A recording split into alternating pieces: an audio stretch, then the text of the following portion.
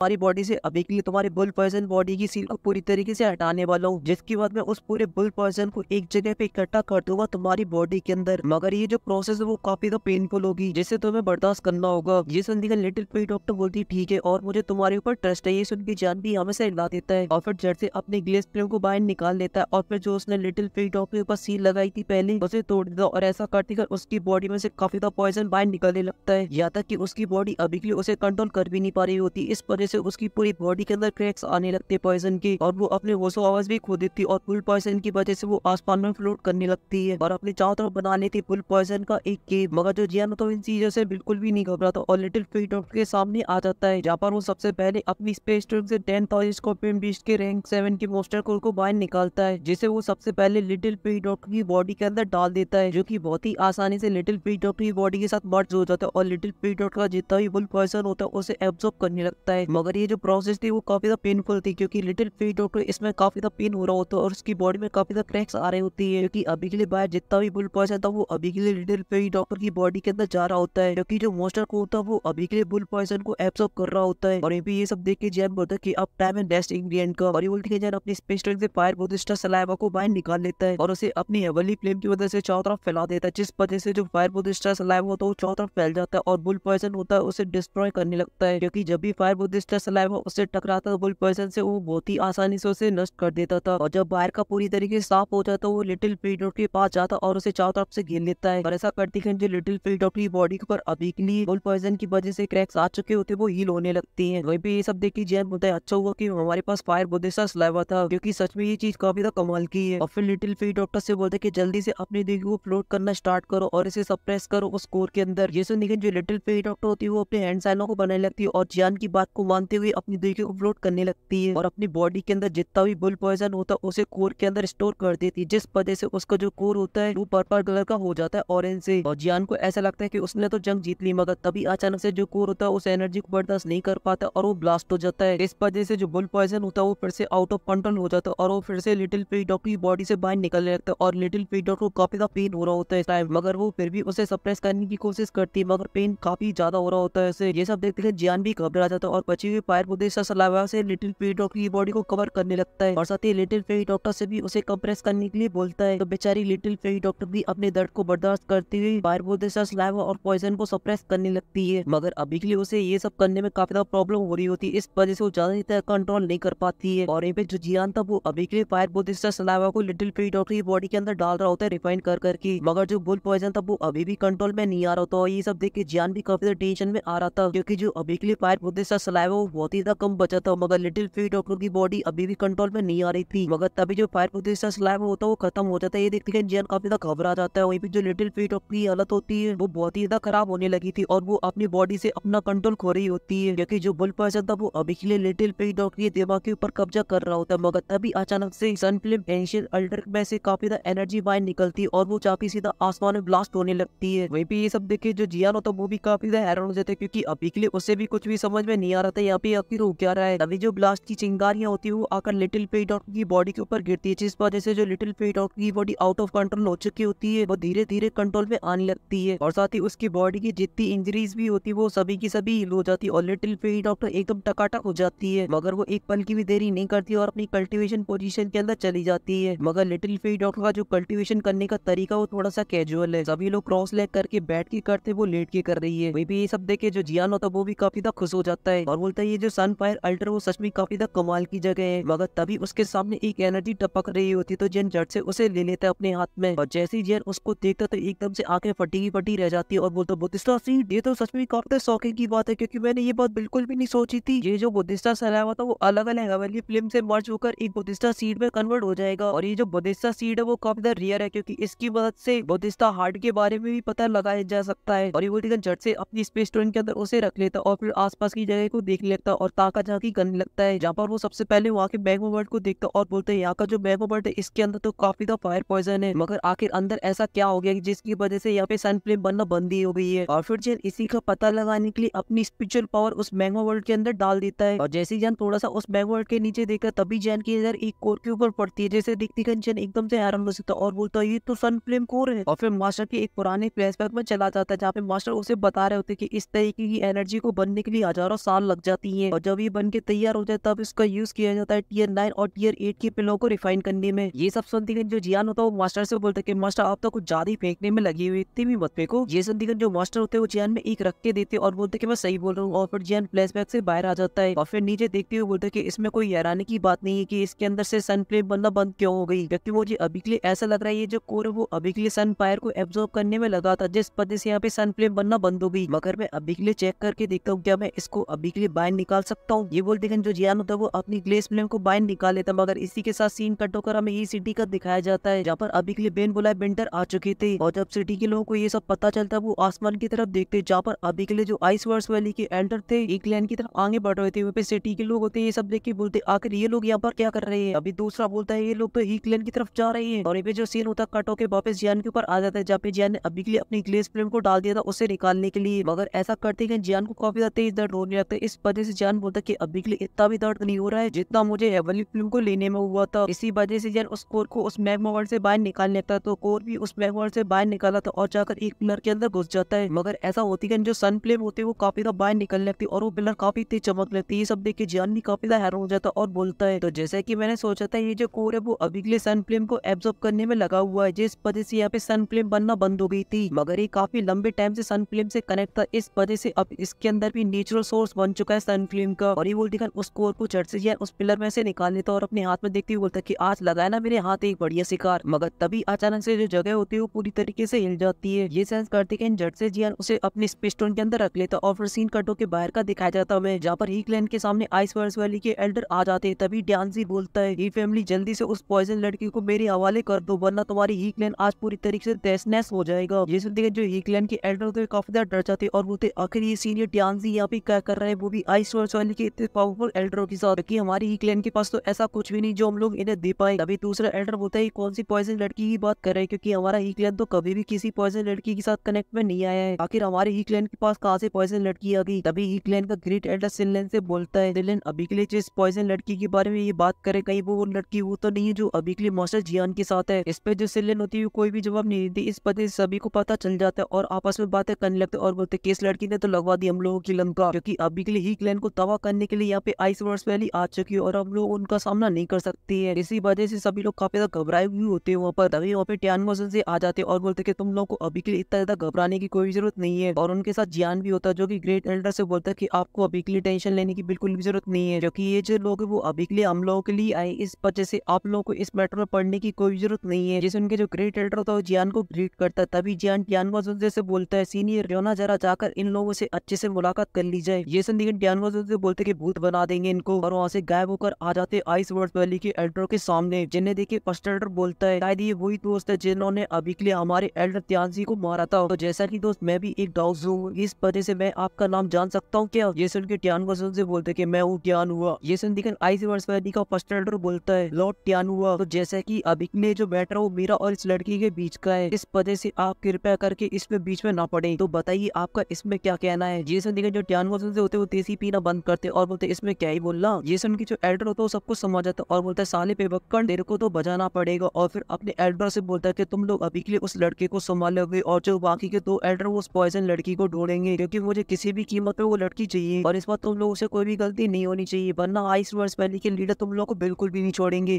वो अपनी जगह से गायब हो जाता है तो टियान मोसन से भी अपनी जगह से गायब हो जाता है और उन दोनों के बीच फाइट होने स्टार्ट हो जाती है। और जब वो दोनों आपस में टकराते तो स्पेस के अंदर भी क्रैक्स आ जाते थे क्योंकि उनके अटैक काफी ज्यादा खतरनाक थे। तभी अचानक से टियानजी जियान से बोलता है लड़की आज तू मेरे हाथों से नहीं बचेगा, क्योंकि आज तुझे बचाने के लिए यहाँ पे कोई नहीं आने वाला है। मगर तभी किसी की जोर से हंसने की आवाज आती है और वो बोलता है एल्डर टियानजी ये जो लड़का है वो वोलोफ सोल का टारगेट है, इस वजह से आप इसे मेरे ऊपर छोड़ दीजिए। और जब जियान वोलोफ सोल को देखता है तो काफी ज्यादा गुस्से में आ जाता है। तभी जो प्रोटेक्टर होता है वो अपीयर हो जाता है और बोलता है लड़की क्या तुम्हें मैं याद हूँ। और जब जियान उसे देखता है तो गुस्से में आ जाता है और बोलता है कदे प्रोटेक्टर, और अपनी हैवी रूलर शॉट को ही बाहर निकाल लेता है और अपनी जगह से गायब होता है और अपनी लाइट मूवमेंट का यूज करके सीधा प्रोटेक्टर वो के ऊपर हमला कर देता। मगर प्रोटेक्टर वो अपनी चैनों से जियान के अटैक को रोक लेता है और जियान से बोलता है तुम्हारे जो मारने का तरीका वो बिल्कुल भी बुरा नहीं है, क्योंकि तुम पहले की कंपैरिजन में अब काफी ज्यादा पावरफुल हो चुके हो और इसी वजह से अब तुम मरना भी डिजर्व करते हो। ये सुन देकर जो जियान होता है वो अपने अल्टीमेट परफेक्ट को बाहर निकाल लेता है जो कि पीछे से हमला करने लगता है प्रोटेक्टर वो के ऊपर और उसका पंच प्रोटेक्टर वो में लगता है उससे पहले जो अल्टीमेट परफेक्ट होता है वो फ्रीज हो जाता है। और टियानजी बोलता है कि प्रोटेक्टर वो आप अभी के लिए चिंता मत कर, इस पपेट को आप मेरे ऊपर छोड़ दो। ये सुन देकर जो जियान होता है वो काफी ज्यादा गुस्से में आ जाता है और अपनी ग्लेस फ्लेम को बाहर निकाल लेता है और अपनी एवोल्यूट शॉट के अंदर डाल देता है, जिस वजह से प्रोटेक्टर वो की जो चैन होती है वो टूट जाती है और फिर प्रोटेक्टर वो और जियान के बीच में फाइट होने स्टार्ट हो जाती है, जहाँ पर वो दोनों एक दूसरे के ऊपर लगे